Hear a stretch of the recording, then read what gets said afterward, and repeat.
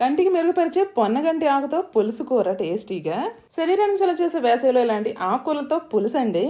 గోంగూరలోని పులుపు రొయ్యలకు తోడైతే ఆ రుచి చాలా బాగుంటుంది.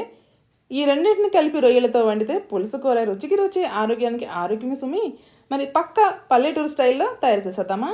హాయ్ అండి, అందరికీ నమస్తే. ఇంకా మా పెరట్లో వేసుకున్న బచ్చల చెట్టు చూడండి, ఇంకా చివర ఇంకా ఎలా ఉందో పందిరి. ఇంకా పక్కనే చిన్న డబ్బాలో పొన్నగంట అయితే నాటుకున్నానండి. ఇంకా నేనైతే ఇక్కడ ఈ రాష్ట్రంలో అయితే ఏవి పెద్దగా దొరకవండి. తోటకూర, పాలకలు ఇటువంటివే దొరుకుతాయి. మన ఆంధ్ర సైడ్ అయితే ఇంకా అనేక రకాలుగా ఆకుకూరలు అయితే మనకి ఎక్కువ విరివిగా దొరుకుతుంటాయి కాబట్టి ఇంకా అక్కడ నుండి అయితే తెచ్చుకున్నానండి. కొంచెం ఇంకా కాళ్ళ వరకు అయితేను అలా నాటుకోగానే మట్టిలో చక్కగా నాటుకుపోయేవి చూడండి. ఇంకా కొన్ని లేత కాళ్ళు అయితే ఈ విధంగా తెంపుకుంటున్నా.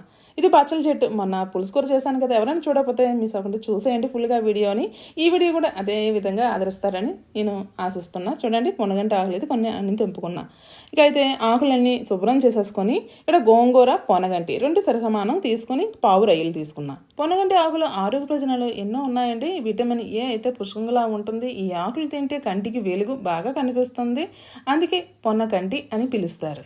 గోంగూరలోని ప్రయోజనాలు, ఇందులో ఐరన్ ఎక్కువ ఉంటుంది, విటమిన్ సి పుష్కలంగా ఉండి ఇంకా ఎవరైతే ఇంకా రక్తహీనత బాధపడతారో అలాంటి వారికి ఇది చాలా మంచిదని అని చెప్పవచ్చండి. ఇక్కడ చూసారు కదా గోంగూర పులుపు, ఇంకా పులుపు ఇష్టపడిన వాళ్ళు ఎంతమంది ఉంటారు. ఇంకా ఆంధ్ర ప్రజలైతే ఇంకా గోంగూర లేనిదే, గోంగూర పచ్చడి లేనిదే ఇంకా అసలు ముద్ద తెగదండి. చాలామందికి అయితే మాత్రం గోంగూర పచ్చడి, గోంగూర పులుసు అంటే ఇంకా ఇష్టపడిన వాళ్ళు అస్సలు ఉండరు. ఇంకా అలాంటిది ఇంకా పొన్నగంటలో చేర్చుకుంటే ఇంకా సూపర్ ఉంటుంది.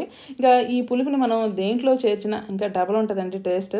ఇక చూసారు కదా పొన్నగంటి ఇలా విరుక్కున్నామంటే చక్కగా విరిగిపోతుంది. ఇది మట్టిలో అలా నాటుకున్నామంటే చక్కగా వేర్లు వచ్చేసి ఇంకా తొందరగా నాటిపోద్దండి. చూసారు కదా ఈ విధంగా. ఇవి లేత కాళ్ళు, కొందరైతే ఆకులు ఇంకా వండుతూ ఉంటారు. నేనైతే కాళ్ళతో సహా లేత కాళ్ళు అయితే తీసుకున్నాను. ఇంకైతే ఇక్కడ చూడండి గోంగూర, పొన్నగంటి శుభ్రం చేసుకుని కట్ చేసి పెట్టేసుకున్నాను ఈ విధంగా. ఆకుకూరలు కట్ చేసినప్పుడే ముందే ఇక్కడ నేను బియ్యాన్ని నానబెట్టేసుకున్నాను. ఒక 2 స్పూన్ల వరకు పచ్చి బియ్యాన్ని శుభ్రం చేసుకొని ఈ విధంగా కాస్త నానబెట్టేసుకుని చూడండి తొందరగా నానిపోయింది. మనం చేతితో నలిపినా సరే ఇంకా చక్కగా ఇంకా బియ్యం చూడండి విరిగిపోతుంది కదా. పులుసులోకి బియ్యం రవ్వ ఇంకా ఇంట్లో ఏ నూకనున్నా సరే ఇంకా పర్వాలేదండి, వేసుకోవచ్చును. ఇక్కడ నేను ప్లేట్లో ఉల్లిపాయలు, పచ్చిమిరపకాయలు, టమాటాలు ఇలా రెడీ పెట్టుకొని ఇంకా సరిపడేలా పులుసు తగ్గట్టు నీరైతే వేసేసుకొని ఇందులో ఇక్కడ పసుపు, ఉప్పు, కారం, టమాటాలు, ఉల్లిపాయలు, పచ్చిమిరపకాయలు ఇవన్నీ వేసేసుకొని నూకతో సహా స్టవ్ మీద పెట్టి ఇంకా కాస్త ఒక పొంగు వచ్చేంత వరకు మరిగించుకొని ఇక్కడ తర్వాత చూడండి పొంగు వచ్చింది కదా. ఇప్పుడు 2 ఆకుకూరలను వేసేసుకుంటున్నాను ఒకటి తర్వాత ఒకటి. చూడండి ఇక్కడ గోంగూర అయితే వేసుకుంటున్నాను. ఆ వేడికి చూడండి ఇంకా చక్కగా ఎలాగా ఇంకా అణిగిపోయినట్టు కనిపిస్తుంది కదా. ఇప్పుడు పొనగంట ఆకు కాళ్ళతో సహా వేసేసుకుంటున్నాను. ఇవి హెల్త్కి చాలా మంచిదండి. ఆకుకూరలతో పులుసు అయితే మాత్రం ఈ వేసవిలో ఇంకా ఒంటికి చలువ చేస్తుంది, ఇంకా చాలా మంచిది కూడాను. ఇంకా చాలా పల్లెటూరు స్టైల్ అండి. ఈ విధంగా సింపుల్గా తయారు చేస్తాను ఈ రెసిపీ అయితే మాత్రం. మరి మీలో ఎంతమందికి ఇష్టం పొన్నగంటితో పులుసు కూర? అలాగే మరి మీ దగ్గర పొన్నగంట ఆకుకూర దొరుకుతుందా, లేదా గోంగూర, పొన్నగంటలో ఏది ఇష్టం కామెంట్ చేసేయండి. ఇంకా పులుసు అయితే ఉడికింది. ఆకుకూర ఒక్కోసారి రేగపోయినట్టయితే ఈ విధంగా కవ్వం కొట్టేసుకున్నామంటే తొందరగా రేగిపోద్ది. ఇక్కడ నేను కవ్వంతో ఫాస్ట్గా ఇంకా కవ్వం కొట్టేసుకున్నా. చూడండి గోంగూర, పొన్నగంటి మొత్తం అంతా రేగిపోయింది. ఇంకా పక్కన ఉడుకుతుంది కదా.